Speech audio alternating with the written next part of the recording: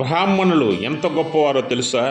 ఒక ఇంట్లో శుభకార్యం జరగాలన్నా, ఒక ఇంట్లో గృహప్రవేశం జరగాలన్నా, ఒక ఇల్లు నిర్మించాలన్నా, ఒకరి యొక్క వివాహ దోషాలు తొలగించాలన్నా, జాతక దోషాలు తొలగించాలన్నా, దేవాలయం నిర్మాణం చేయాలన్నా, దేవాలయంలో దేవుని యొక్క అనుగ్రహం పొందాలన్నా బ్రాహ్మణుల యొక్క చల్లని చూపు ఎంతో అవసరం. అంటే ఇక్కడ బ్రాహ్మణ్ అంటే కులం కాదండి, చాలా తప్పు. బ్రాహ్మణ్ అంటే కులం కాదు, అందరూ కులం కులం అనుకుంటారు. కానీ బ్రాహ్మణ్ అంటే మెయిన్ బ్రహ్మజ్ఞానాన్ని పొందిన వారే బ్రాహ్మణ్ అని అర్థం. బ్రహ్మజ్ఞానం అంటే ఏంటంటే వాళ్ళు ఏ విధంగా బ్రహ్మజ్ఞానం పొందిన వారంటే వాళ్ళ యొక్క శాస్త్ర రంగాల్లో బ్రహ్మజ్ఞానాన్ని పొందిన వాళ్ళే బ్రాహ్మిన్స్ అని మనం అంటాం. అదేవిధంగా ఇక్కడ బ్రహ్మజ్ఞానాన్ని పొందిన వారెవరు అంటే ఇక్కడ మీరు ఆలోచించండి. వాల్మీకి మహర్షి బ్రహ్మజ్ఞానాన్ని పొందాడు, ఆయన బ్రహ్మిణి కిందికి వస్తాడు. వశిష్ఠుడు మహామహర్షి బ్రహ్మజ్ఞానాన్ని పొందాడు, ఆయన బ్రహ్మిణి కిందికి వస్తాడు. విశ్వామిత్రుడు ఆయన పుట్టుకతో క్షత్రుడైన జ్ఞానాన్ని పొందడం వల్ల బ్రహ్మిణి అయ్యాడు. ఈ బ్రహ్మిణి అనేది ఒక కులం కాదు, జ్ఞానవంతుల సముదాయము అని అర్థం. అంటే బ్రాహ్మణుని మనం గౌరవించాలి, ఆ బ్రహ్మిన్ అంటే ఆ జ్ఞానాన్ని పొందిన వాళ్ళే బ్రాహ్మణ వంశంగా బ్రాహ్మణ కులంగా మారిందంతే. అది అందరూ అర్థం చేసుకోవాలి.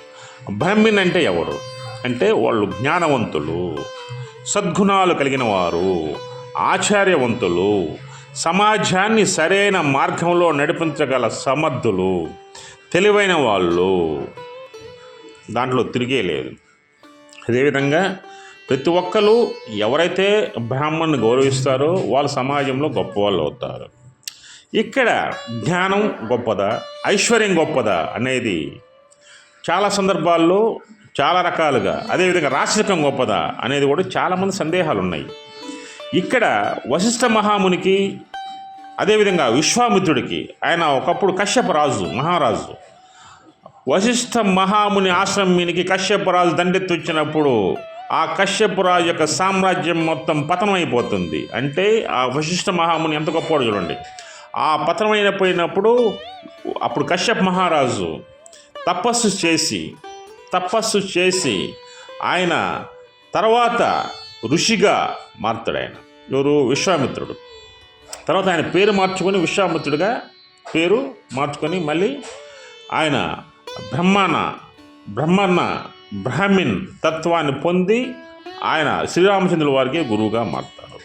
అయితే అదేవిధంగా బ్రాహ్మణ వంశంలో జన్మించిన వాళ్ళలో అగ్రగణ్యులు పరశురాముల వారు ఎంత గొప్పవారో తెలుసా? పరశురాముల వారు ఆ రోజు క్షత్రియ ప్రపంచం మొత్తం అందరినీ అన్యాయంగా క్రూరంగా చంపేవాళ్ళు, వాళ్ళకి ఎదురు తిరిగితే చంపేసేవాళ్ళు. ఆ విధంగానే పరశురాముల యొక్క కుటుంబానికి కూడా అన్యాయం జరుగుద్ది. అప్పుడు ఆ పరశురాముడు ధర్మం కోసం తన యొక్క గొడ్డలిని చేతబట్టి క్షత్రియ రాజులను సమూలంగా నిర్మూలించి ప్రపంచానికే శాంతిని ప్రసాదించినటువంటి గొప్పవాడు పరశురాముడు. ఈ పరశురాముల వారే శ్రీరాముడికి జ్ఞానాన్ని ప్రబోధిస్తాడు. అదేవిధంగా కర్ణుడికి కూడా విద్యను నేర్పిస్తాడు. అంటే ఒక బ్రాహ్మణుడు ఎంత గొప్పవాడో మీరు అర్థం చేసుకోండి. అయితే వాళ్ళని తగు విధాలుగా గౌరవిస్తే వాళ్ళ యొక్క జ్ఞానాన్ని మొత్తాన్ని ప్రపంచానికి పంచుతారు, దాంట్లో ఎటువంటి సందేహమే లేదు. అయితే ఇక్కడ ఇంకొకటి ఆలోచించాల్సిన విషయం ఏంటంటే, కొందరు సమాజంలో పండితుల్ని, సిద్ధాంతుల్ని, స్వామీజీల్ని అవహేళన చేసి మాట్లాడుతున్నారు. అది చాలా తప్పు. ఎందుకంటే ప్రతి వృత్తిలో మంచి ఉంది, చెడు ఉంది. అందువల్ల స్వామీజీలని, సిద్ధాంతులని, గురువుల్ని గౌరవించండి. మీ యొక్క అత్యున్నత స్థానాన్ని పొంది మీరు సమాజంలో గొప్పవారుగా ఎదగండి. సరైన గురువు కానీ దొరికినట్లయితే ఆ వ్యక్తి ప్రపంచంలో సమర్థుడుగా మారుతారు. మీరు సరైన గురువును ఎన్నుకోవాల్సిన బాధ్యత కూడా మీదే. అయితే అదేవిధంగా మన భారతదేశానికి బ్రాహ్మణులు ఏం చేశారు అంటే, పండిట్ జవహర్లాల్ నెహ్రూ గారు, వాళ్ళ నాన్నగారు మోతీలాల్ నెహ్రూ గారు, వాళ్ళంతా కూడా భారత స్వాతంత్ర సమరయోధ్యానికి ఆర్థికంగా సహాయం చేసిన వాళ్ళే. ఆ ఆర్థికంగా సహాయం చేయటం వల్లనే జవహర్లాల్ నెహ్రూ గారికి ప్రధానమంత్రి పదవి యోగం పొందింది. తర్వాత ఆయన సమర్థమైన పరిపాలన చూపించాడు. అదేవిధంగా వారి కుమార్తె కూడా ఇందిరాగాంధీ కూడా దేశానికి ప్రధానమంత్రిగా ఎనలేని సేవలు అందించారు.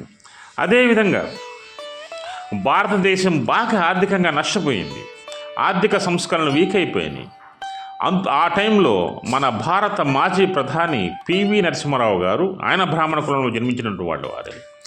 ఆయన భారతదేశానికి ఆర్థిక సంస్కరణలు తీసుకొచ్చి, ప్రపంచంలో ఉన్నటువంటి ఆర్థిక సంస్కరణలు తీసుకొచ్చి భారతదేశ ఔన్నత్యాన్ని, ఆర్థిక పరిస్థితిని పెంపొందించినటువంటి వారు గొప్పవారు ఆయన. ఈరోజు మనం ఈజీగా అమెరికా వెళ్తున్నా, ఈరోజు సెల్ ఫోన్ మన చేతిలో పట్టుకున్నా, లేదా ప్రపంచంతో మనకు అవినాభావ సంబంధం ఏర్పడినా దానికి కేవలం పివి నరసింహారావు గారే, ఆయన బ్రాహ్మణుడే. అదేవిధంగా మీకు భారతదేశంలో రోడ్ల, రహదారుల సమూహాన్ని, వాటి అభివృద్ధిని మార్చినటువంటి గొప్ప వ్యక్తి, భారతదేశంలో స్వర్ణ చతుర్భుజి పథకాన్ని తీసుకొచ్చి భారతదేశ ఆర్థిక పరిస్థితికి, అదేవిధంగా సామాజిక పరిస్థితికి దోహదం చేసినటువంటి అతి గొప్ప వ్యక్తి శ్రీ శ్రీ శ్రీ అటల్ బిహారీ వాజ్పేయి గారు. వాజ్పేయి గారు కూడా దేశానికి ఎంతో సేవ చేశారు. ఆయన టైంలో భారతదేశం పవర్లో బాగా డెవలప్ అయింది. అటువంటి వ్యక్తి అటల్ బిహారీ వాజ్పేయి గారు కూడా బ్రాహ్మణ కులంలో జన్మించుకోవాలి. అదేవిధంగా మీకు ఇక్కడ మీరు తెలుసుకోవాల్సిన విషయం ఏంటంటే, ప్రతి ఒక్కరు దైవ పూజలు కానీ, గురువులను కానీ, బ్రాహ్మణులు కానీ, బ్రహ్మణులు కానీ గౌరవించిన వాళ్ళు గొప్ప వాళ్ళు అవుతారు. దీంట్లో ఎటువంటి సందేహం లేదు.